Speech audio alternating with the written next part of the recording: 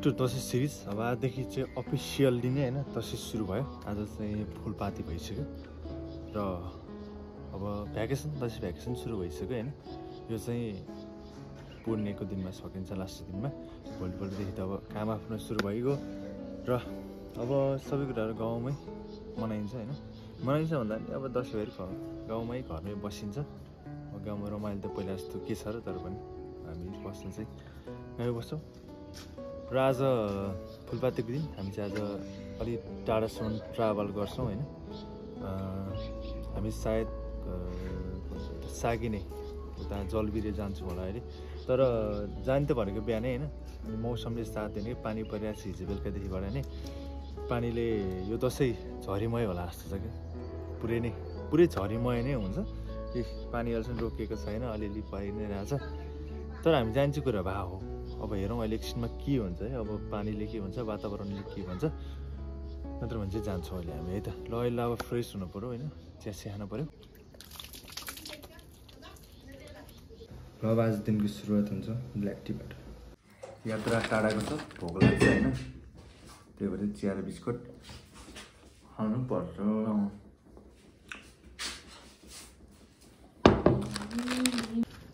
ल अब चाहिँ निस्केँ। यहाँ चाहिँ एउटा हिलो छ होइन पुरै, त्यही भएर चाहिँ गाडीहरू चाहिँ यहाँ तल रोडमा निस्किनुहुन्छ। र म चाहिँ यहाँबाट बाइक लिएर जान्छु। पुरै हिलो यहाँ चाहिँ मैले बाटो देखाउँछ है।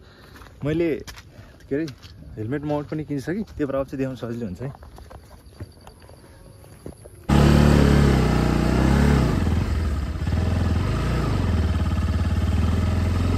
यस्तो छ बाटोको हालत होइन। यो चाहिँ हाम्रो ओडामा चाहिँ यो बाटो, ओडाको हाम्रो ठुल्ठुला मान्छेहरूलाई चाहिँ यो बाटो देखाउनुपर्छ क्या।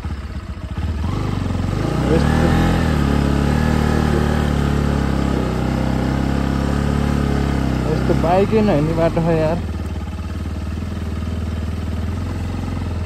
मान्छे मात्र हिँड्नलाई त यत्रो रोडै खन्नै पर्दैन नि होइन। पहिलो कुरो त मान्छे मात्र हिँड्दा त यत्रो रोड खन्नु परेन। बाइक हिँड्नलाई, गाडी हिँड्नलाई नै गर्ने। अब गाडी र बाइकै हिँड्दैन यहाँबाट भनेपछि त अब त्यो हुनु र नहुनुको केही महत्त्व नै छैन कि। त्यस्तो छ होला बाटो।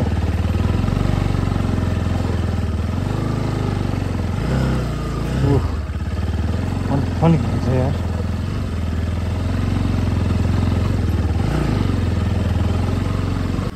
पुन्जेल त के होला भन्ने कुरा।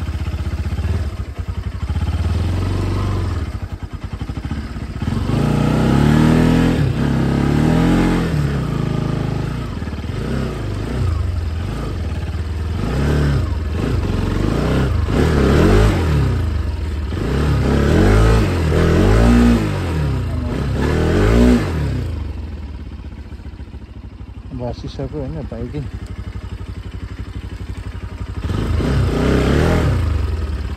ओर्लेरै फर्किने गर्छ। यस्तो भएपछि काम हो त।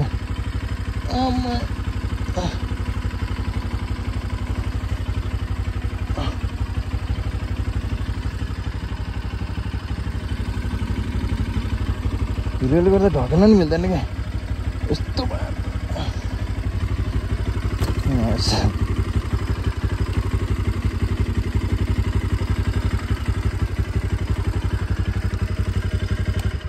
बाइकै सुतिसक्यो। कस्तो भने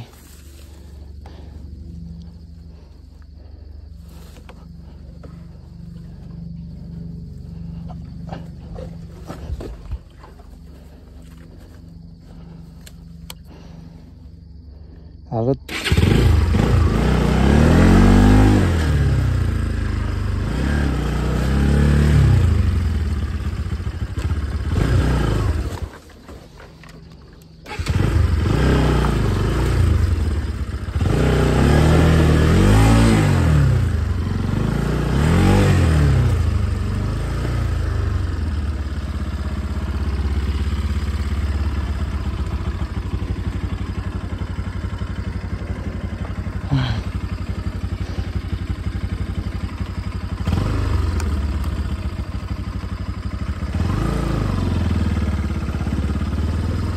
यस्तरी अब कसरी पुगिन्छ होला त क्या।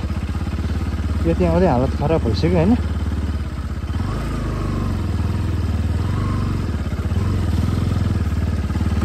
उता कस्तो बाटो छ भन्ने कुरो थाहा छैन क्या उता नि यस्तै खालको बाटो रहेछ भने त खत्तम हुन्छ नि त हालत त सबै ल्याउनु भने यहीँसम्म हो क्या बाइक अब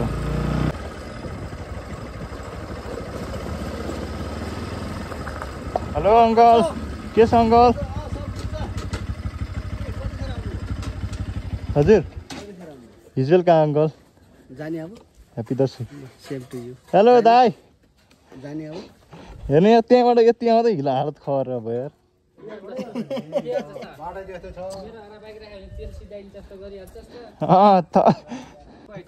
हजुर ड्याडीलाई म ड्याडीलाई ढल्न पठाइदिएँ बेलुका अब खोइ फर्किने हो धेरै बेर बसिदिनु ल हजुर ल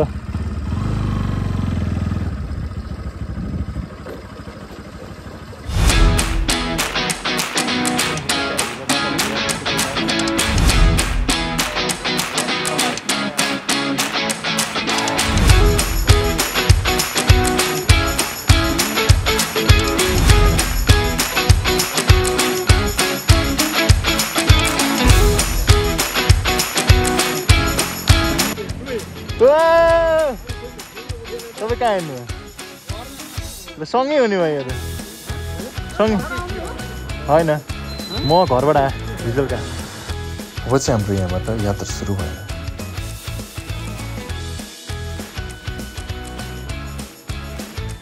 हामी तामाहाट 0 किलो पुगै नपाए यस्तो भइ नै हाल्यो 0 किलो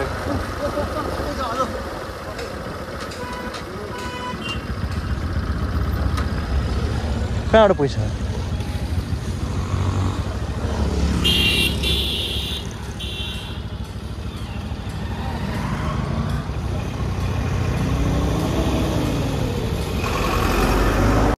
0 किलो दोलालघाट दोलाड बजारको माछा होइन इन्द्रको नदीको माछाको बजार भयो माछाको मेला लाग्छ मामाहरू यहाँबाट नि हिँडिसक्नु भएछ फेरि बन्देउ गरेर भएछ अलि माथि ए भाइ भाइ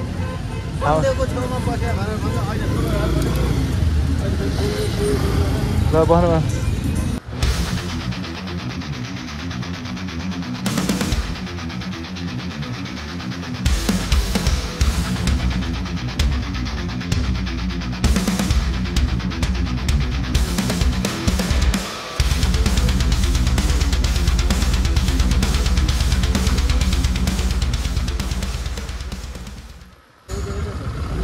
त कहाँ भन्नु भयो बसिदिएको थिएँ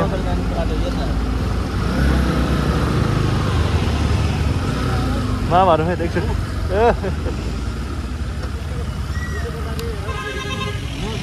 दर्शन दाई बन्देउदेखि फेरि सुरु गरेको यात्रा लगभग 1.5 घन्टामा हामी चौतारा पुग्यौँ बन्देउदेखि चौतारासम्मको यात्रामा यसले 1.5 घन्टा मात्र लगाएन कि यसले काठमाडौँमा भन्दा 3 रुपियाँ महँगो तेल पनि खाएको छ 164 हो यता महँगो हो त्यही त उता हिजो मैले 161 मा हालेको थिएँ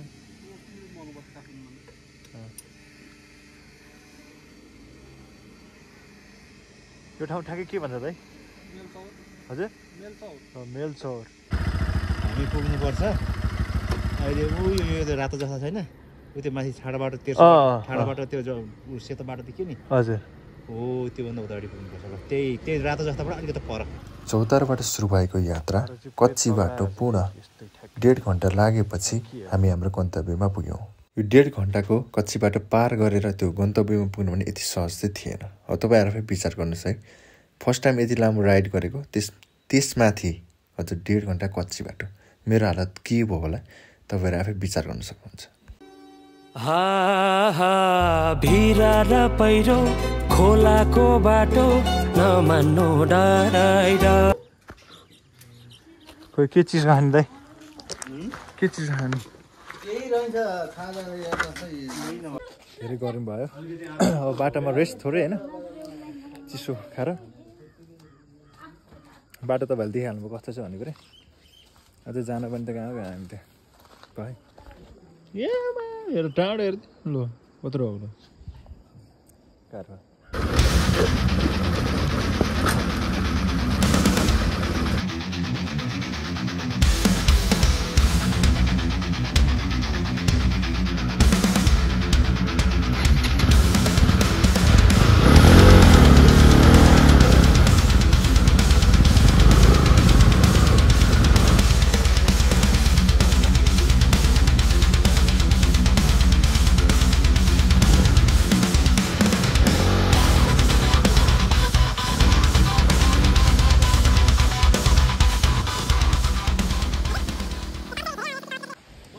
यो कहाँ आइपुग्यो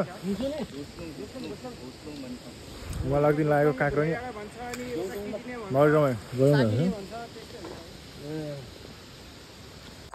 पुरै खतम कस्तो लाग्दा यहाँ आइपुग्दाखेरि रमाइलो बाटो चाहिँ डेन्जर हो भन्दा नि यहाँबाट चाहिँ मलाई फर्किनु चाहिँ मन लागेन क्या तर आजै चाहिँ भोलितिर फर्को जस्तो लागिरहेको छ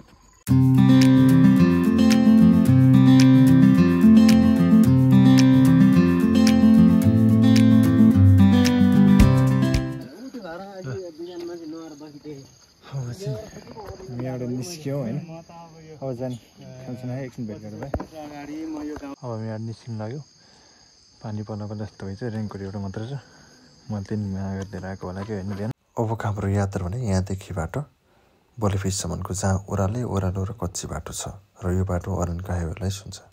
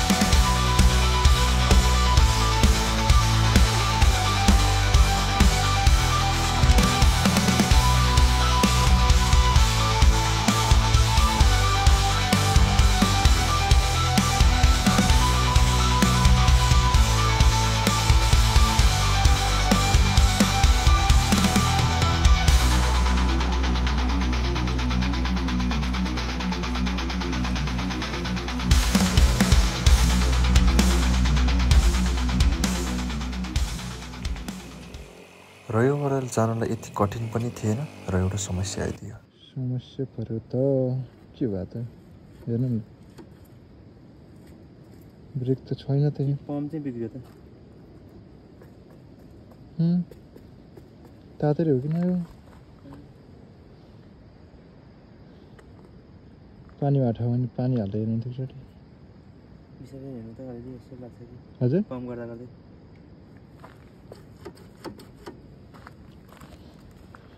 ब्रेक त चिलिम फर्केको नि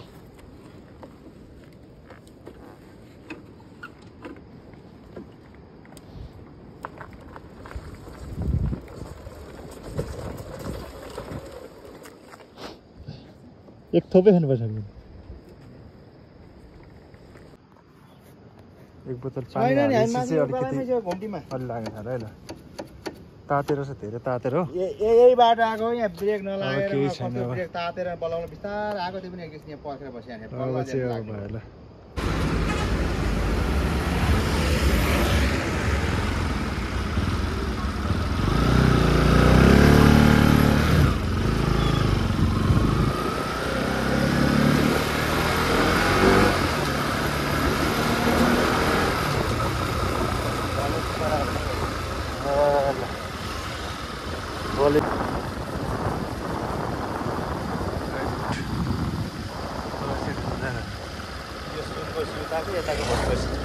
यहाँ आएर जोडिया ए हेर्नु उता उसा पुग्ने दोलाहाट पुग्ने मलाई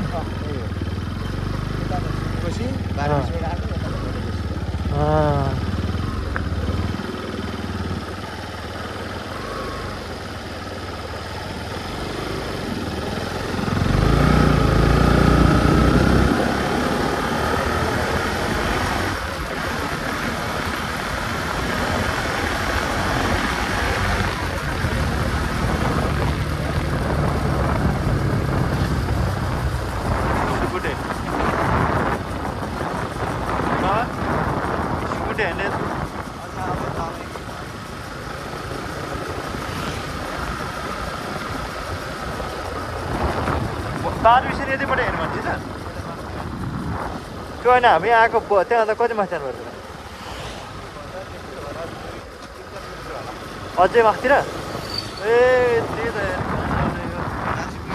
माथि छैन पुग्यो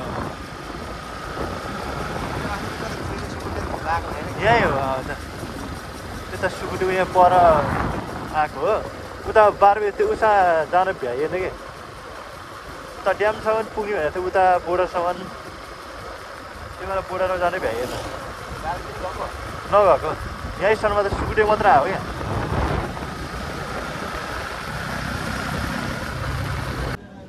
ल तोलाहाट बजार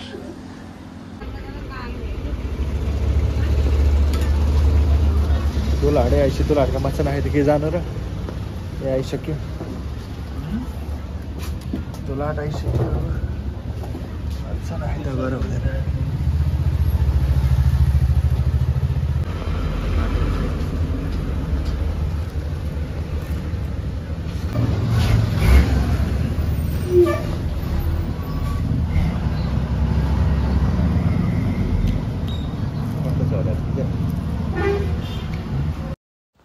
तोलाहाटको ताता माछा खाएपछि हाम्रो यात्रा फेरि त्यहाँबाट सुरु हुन्छ 0 किलोसम्मको र 0 किलोबाट चाहिँ हामी छुट्टिन्छौँ र मामाहरू पुग्नुहुन्छ उता कुन्ताबेसी र हामी आइपुग्छ त पाँचखाल पमरकट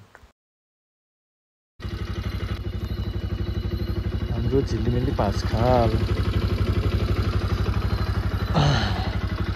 यो चाहिँ हाम्रो पाँचखाल होइन अब पुग्नुलाई म घर धेरै टाइम लाग्छ नि